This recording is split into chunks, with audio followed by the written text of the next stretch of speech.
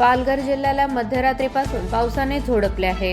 पूर्व भागात मध्यरात्री सुरू झालेल्या दमदार पावसाची पहाटेपर्यंत जोरदार बॅटिंग सुरूच होती. पावसाचा तडाखा बसल्याने पालघरच्या दुकटन येथे राहत्या घराची भिंत कोसळली. नारायण केशव काकरा यांच्या मालकीच्या राहत्या घराचा एक भाग पावसाच्या तडाख्यामुळे कोसळला आहे.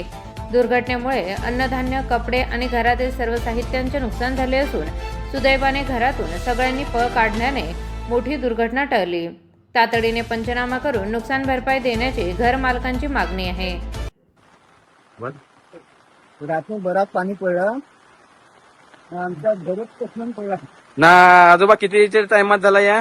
9 वाजता. 9 वाजता का ना? घरात कोणी होती का नाही? मग घरात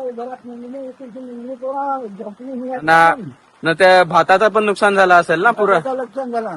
हा, ते भात बीत ते सगळं काय हे नशीब कोणाच्या डोक्यावर वीट बीट नाही पडली ना? नाही